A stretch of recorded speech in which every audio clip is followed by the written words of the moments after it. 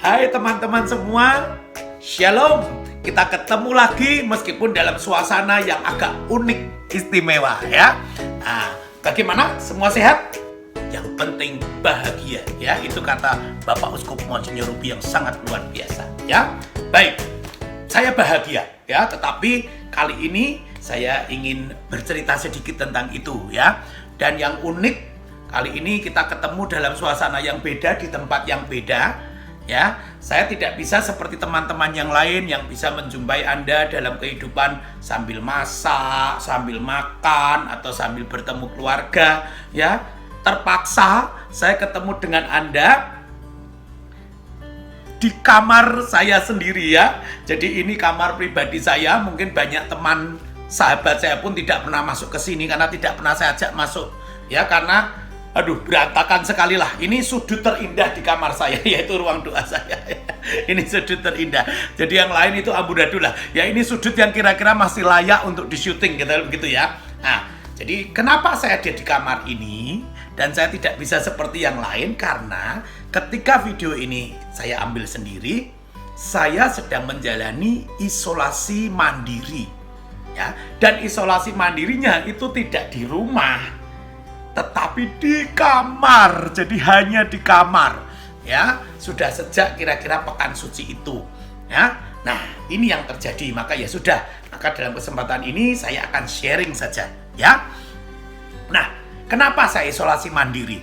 Nah, ceritanya sejak Maret tanggal 20-an itu ya, ketika Bapak Uskup sudah mengumumkan tidak ada misa dan lain sebagainya, sebetulnya saya sudah tinggal di rumah ya. Saya tidak kemana-mana, tetapi waktu itu saya belum mengisolasi diri di kamar. Jadi saya di rumah, tapi ya masih makan bersama mama saya, ya masih ngobrol. Kalau misa online ya masih di ruang doa bareng-bareng supaya mama saya bisa ikut dan lain sebagainya.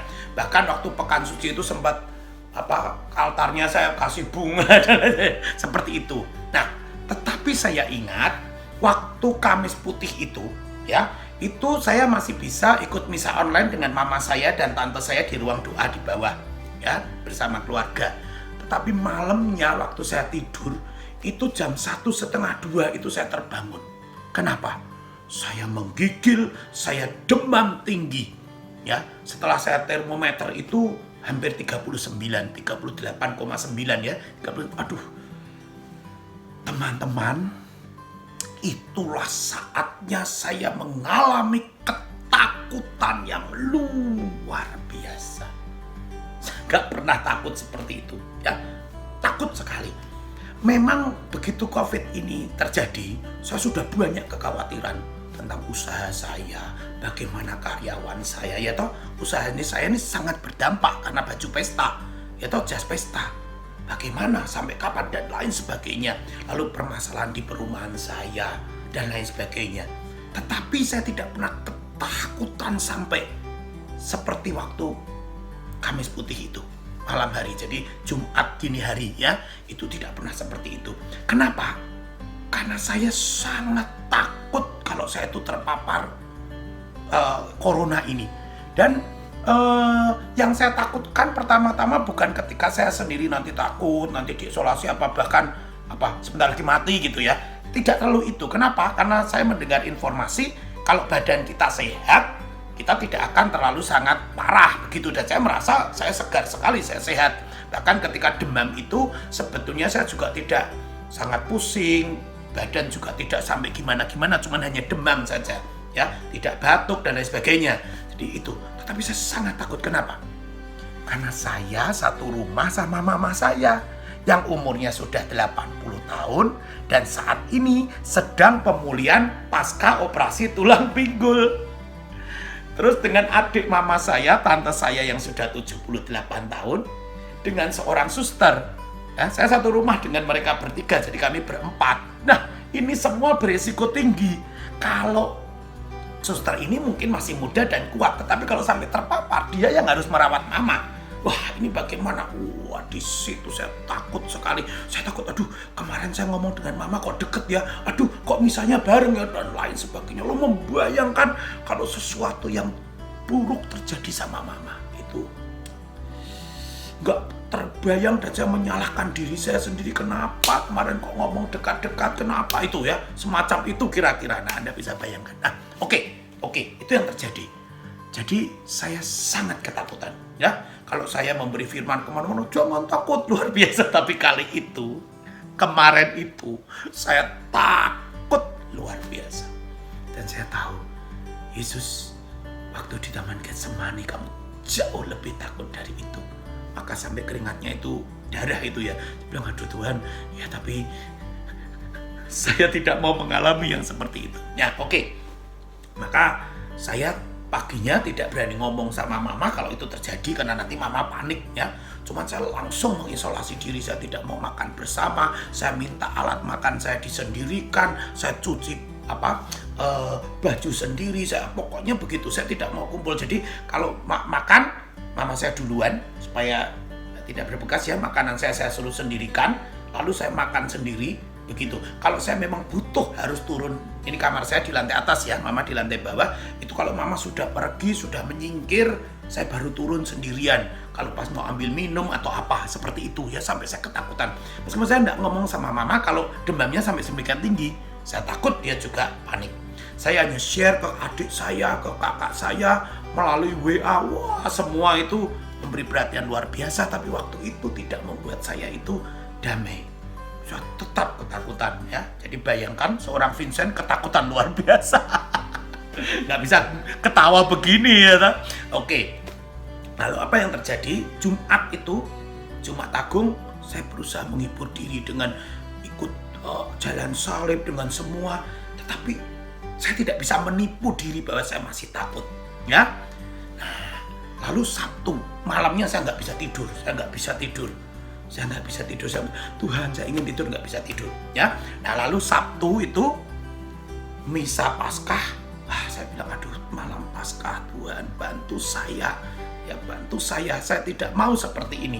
Maka saya ikut misa nih, saya pakai lilin-lilin ya, pengulangan janji baptis, lampu saya matikan ya, supaya suasananya itu masuk. Tetapi juga tidak betul-betul menghilangkan rasa takut dan khawatir itu. Ya, tetapi yang luar biasa, bacaan waktu malam Paskah itu ya, dari Injil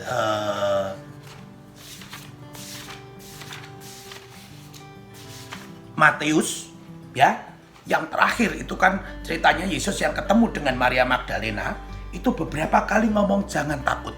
Dan yang terakhir Yesus katakan, janganlah takut. Pergi dan katakanlah kepada saudara-saudaraku supaya mereka pergi ke Galilea, dan di sanalah mereka akan melihat aku. Saya waktu misa itu masih, ya ini oke, jangan takut. Saya masih takut Tuhan gitu ya. Sampai akhirnya firman ini saya endapkan, saya masih tidak tahu. Sampai besoknya saya melihat salah satu renungan, seingat saya dari Romo Arya, Romo ekonom mengatakan rasa takut bisa dihilangkan dengan cara yang dikatakan Yesus, kembalilah ke Galilea. Ya, apa itu Galilea? Tempat di mana para rasul pertama kali jatuh cinta dengan Yesus, pertama kali ketemu Yesus dan melihat banyak mujizat-mujizatnya. Aduh, iya nih. Lalu sehari itu saya mencoba mengenang mujizat Yesus, tapi itu sulit, tetap saya takut. Yang luar biasa, ternyata Tuhan itu ya tidak bisa diisolasi oleh apapun ya, tetap ingin membantu kita. Tuhan tidak rela mungkin saya ini menjadi kurus karena takut. Ya, maka malam itu saya ingat sore-sore itu adik saya Lili itu mengajak Eko, ayo ikut adorasi streaming ya. Dari Cikanyere. Saya bilang, oh boleh lah, oke, daripada saya juga di kamar ya. Maka 7:30 saya buka. Teman-teman, apa yang terjadi? Ternyata adorasinya itu di kapel Maria ya, kapel Cikanyere yang tengah itu, bukan yang besar ya, yang Maria yang tengah. Itu kan kalau kita retret, waktu saya retret awal itu disitulah pertama kali saya mengalami kasih Allah, mengalami jamahan Allah. Maka ketika melihat suasana kapel itu, wah, saya teringat pada itu, dan lagu-lagu yang dinyanyikan itu hampir sama, semua sama. yang 18 tahun yang lalu saya dengarkan. Ya, saya mengalami hidup baru di situ. Retret awal saya 2002. Diingatkan luar biasa. Sungguh saya tidak bisa ngomong. Saya mengalami bagaimana diingatkan peristiwa ketika saya dijamah Tuhan itu. Wah, luar biasa. Dan setelah itu hidup saya berubah. Dan saya baru sadar, itu sudah 18 tahun ternyata. 2002 saya retret awal. Maka mulai malam itu, kenangan 18 tahun perjalanan diingatkan. Begitu banyak mukjizat, begitu banyak hal indah yang Tuhan sudah beri. Sedikit demi sedikit kekhawatiran saya hilang, ya, berganti pengharapan. Oh iya ya, Tuhan begitu luar biasa. Dan lain sebagainya. Pelan-pelan. Saya tidak bilang saya sudah tidak takut, karena saya masih takut. Tetapi sedikit demi sedikit hilang. Sampai pada tanggal 25 April kemarin, beberapa hari yang lalu, ya, itu gereja memperingati pesta Santo Markus. Ya, lalu Injil bacaan pertamanya adalah dari 1 Petrus 5 6b-14. Saya bacakan untuk Anda, ya, saya bacakan untuk Anda. 1 Petrus 5 6b sampai 14. Saudara-saudara terkasih, rendahkanlah dirimu terhadap orang lain, sebab Allah menentang orang yang congkak, tetapi mengasihi orang yang rendah hati. Karena itu, rendahkanlah dirimu di bawah tangan Tuhan yang kuat, supaya pada waktunya kamu ditinggikan olehnya. Serahkanlah segala kekhawatiranmu kepadanya, sebab dialah yang memelihara kamu. Sabarlah dan berjaga-jagalah. Lawanmu si iblis berjalan keliling sama seperti singa yang mengaum-ngaum dan mencari orang yang dapat ditelannya. Lawanlah dia dengan iman yang teguh. Sebab kamu tahu bahwa semua saudaramu di seluruh dunia menanggung penderitaan yang sama. Yang kena COVID bukan cuma Anda dan saya, betul? Seluruh dunia. Ya.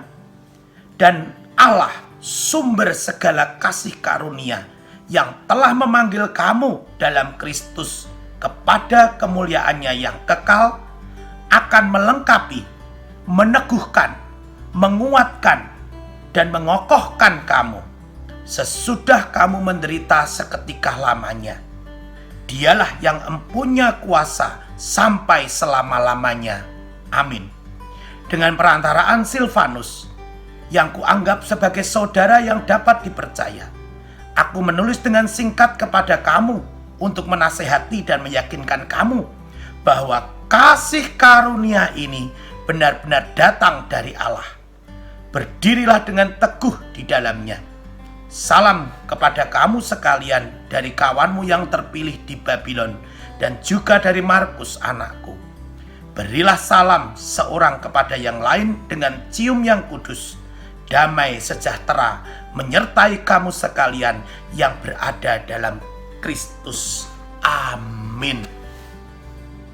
Teman-teman, ternyata betul. Kalau kita merebahkan diri dalam tangan Tuhan yang kuat, kalau kita merendahkan diri bahwa setiap hal itu karena cinta Tuhan, maka kasih dan kuasa Tuhan akan selalu kita rasakan. Virus COVID bisa mengisolasi saya dan mungkin Anda. Tetapi kasih setia, kasih karunia Allah tidak pernah bisa diisolasi. Ya, nah ketika saya membaca firman ini, saya diteguhkan, diingatkan bahwa ternyata kasih karunia Allah tidak hanya saya alami ketika habis retret atau saat-saat yang spektakuler. Saat ini kasih Allah itu masih saya alami. Melalui siapa? Keluarga saya. Orang-orang yang mengasihi saya luar biasa. Bayangkan. Ya, bayangkan ini contoh kecil saja.